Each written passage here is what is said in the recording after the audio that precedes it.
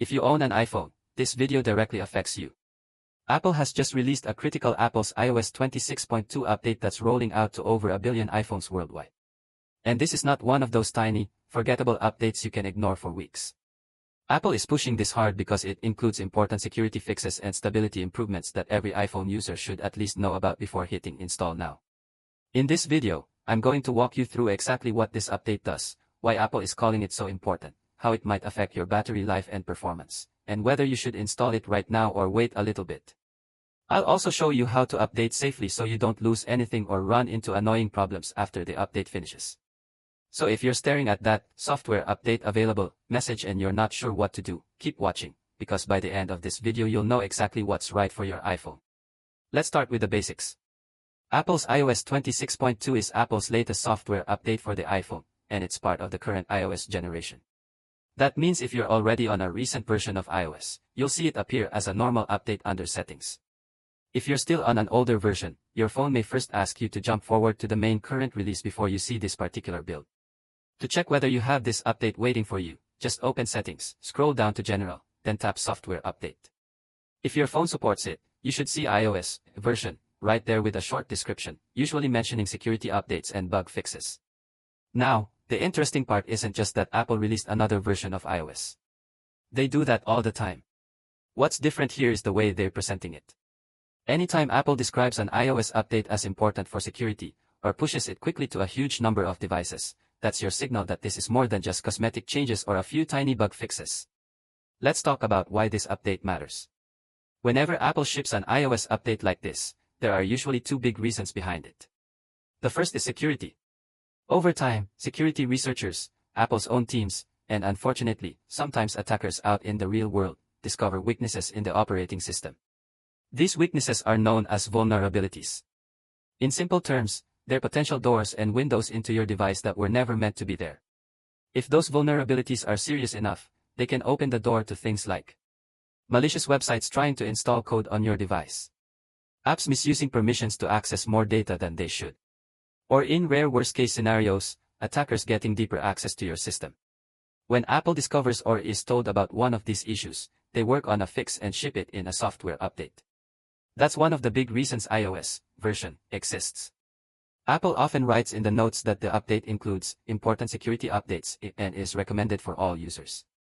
They don't always share full technical details immediately, because they don't want to give attackers a roadmap while many devices are still unpatched. But when you see language like that, it's your sign that this is a serious patch, not just a cosmetic refresh. The second big reason is stability and bug fixes.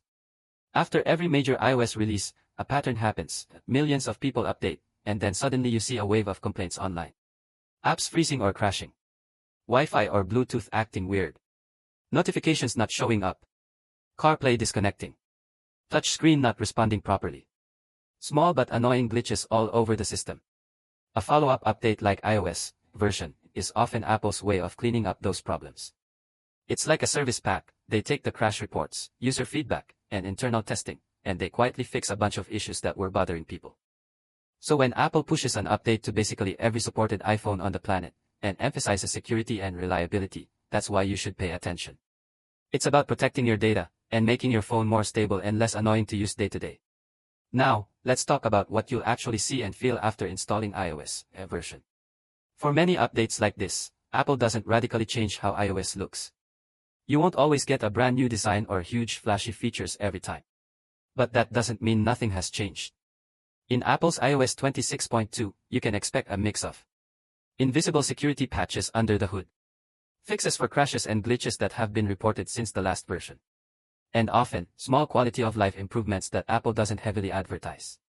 You might notice little things like certain apps that used to crash now running more reliably, fewer random reboots or freezing moments, better behavior when switching between apps or using multitasking, slight improvements with Bluetooth accessories or CarPlay stability, notifications behaving more consistently. Depending on the specific version you're covering, there might also be a few user-facing tweaks. Sometimes Apple adjusts settings in privacy, adds or rearranges options in things like Camera or Safari, or tweaks animations to look smoother. If you're watching this while the update is brand new, you might find some of those little changes as you use your phone over the next couple of days. Now let's address the two questions I know most of you are really worried about: performance and battery life. Every time a new iOS update comes out, the comments explode with things like, "This update made my iPhone so slow. My battery is draining twice as fast now. This ruined my phone." So, will iOS version slow down your iPhone? And what happens to your battery? On performance, here's the honest answer. On newer devices, like the latest Pro models and the last couple of generations of iPhones, performance will usually feel very similar to the previous version. You probably won't notice a huge speed increase, but you also shouldn't see everything suddenly become laggy or unusable. Apple knows there are millions of people on these devices, and part of these follow-up updates is actually to smooth out rough edges that made things feel slower or glitchy. Where people get nervous is on older iPhones. If you're on a model that's close to the bottom of Apple's supported list, you might already be worried that every new update will finally push it over the edge. With a maintenance update like iOS version, Apple typically focuses on fixing bugs and security problems, not on adding heavy new features that will tax the hardware more. So in many cases, performance either stays roughly the same, or in some situations, actually feels a bit better because crashes and freezes are reduced. Of course, every device is different. If you're watching this as one of the first people to update, give it a day or two and pay attention to how your most used apps behave: messaging, social media, video, and any heavy games you play. If animations are smooth, apps aren't crashing, and everything opens as fast as before, performance has survived the update just fine. Now, battery life is where most people panic, and it's also where there's the most confusion. Right after you install an iOS update, your phone usually has a lot going on in the background that you don't see. It might be reindexing your files so search works properly, optimizing your photos and videos, rebuilding caches for apps and the system. All of that can make your battery look worse for the first 24 to 48 hours. You might notice the phone getting a little warm, battery percentage dropping faster than usual, background activity showing up higher in the battery stats. This short-term behavior doesn't always mean the update is bad for battery. It often just means the system is doing its housekeeping after a big change. For a fair judgment, you should always give it a couple of days of normal use before deciding if the battery has truly gotten better or worse. After that initial period, then look at your typical day. Are you still getting through a full day on a single charge like before? Is standby drain overnight similar, or way worse? Is screen on time roughly the same as before the update? If the answer to those is yes, then Apple's iOS 26.2 hasn't harmed your battery life in any meaningful way.